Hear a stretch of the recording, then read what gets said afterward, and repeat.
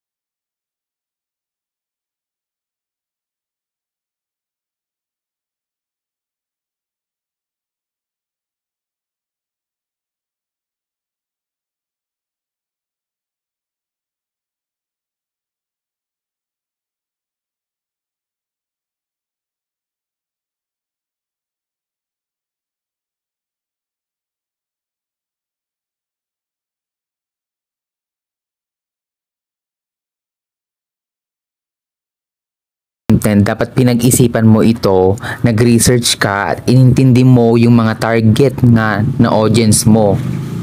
Iisipin mo kung ano yung mga gusto nilang mabasa, makita, mapanood, oo. Nang sa gayon, makatulong ito sa pag-create mo ng content mo na makaka-resonate rin sa kanila, oo. Halimbawa, yung isa sa mga makakatulong sa pag-research mo, sa pag-create mo ng content mo is magbasa ka ng mga comments doon sa may comment sections ng mga videos mo. May mga request ba sila? May mga tanong ba sila na nais nilang malinaw sa kanilang pag-iisip? Di ba ang sarap isipin, halimbawa ikaw yung viewer tapos napansin yung comment mo o yung request mo doon sa may video nung content creator na yon. Parang ang sarap sa feeling na napansin ako nung content creator na yon.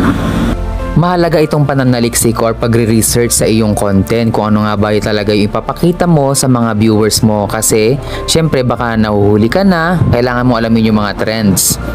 Mahalaga itong pananaliksik or research kasi kailangan mo alamin ano nga ba yung mga trend o yung mga uso ngayon na kinagigiliwan ng mga netizens, ano nga ba yung mga pinapanood nila ngayon. Pero isang paalala, hindi lahat ng gusto ng isa o ng iba ay gusto rin ng lahat. So, ibig sabihin nito ay kailangan mo pa rin gumawa ng mga content na syempre maluwag sa damdamin mo at syempre yung talaga dapat nagre-reflect ito na mahal mo yung ginagawa mo para mahalin ka rin ng mga na manonood sa'yo. Number 4, create content abundant with visuals.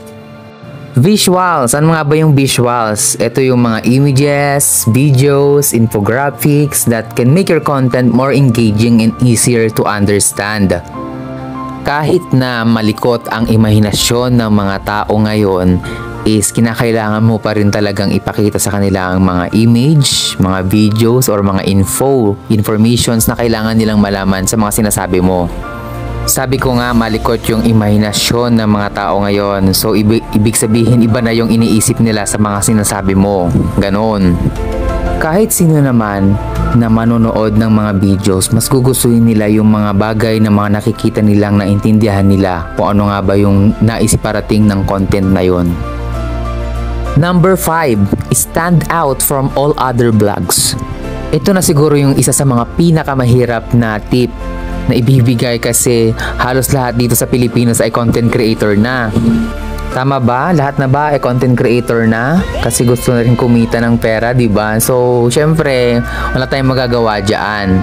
Kung mapapansin natin ang ating community dito sa social media, di ba? Halos lahat ay content creator na. Kahit yung chismosa mong kapitbahay ay naging content creator na nitong mga nakaraang araw lamang. May mga nagagawa ng mga cooking, travel, mga a day in a life, tutorials, and everything, di ba? Halos magkakapareho-pareho na lahat ng mga content, something like that. Pero, wag sana ito maging dahilan ng pagtigil mo ng pag-create ng mga content. Kasi baka iisipin mo pare-pareho na lang kami ng mga content. Hindi, 'di ba? Hindi naman tayo pare-pareho, 'di ba? So may mga kaibahan tayo sa bawat isa. Baka 'yun yung mag-stand out sa atin na i-content natin, 'di ba, sa iba. Kasi yun nga, we are different from each other. Nax. Kaya ikaw, huwag kang mag-aalala kung maubusan ka ng content. Baka maubusan ka ng content, I mean. Kasi, di ba nga sabi ko, iba-iba tayo. Saka yung mga tao, iba-iba yung mga hinahanap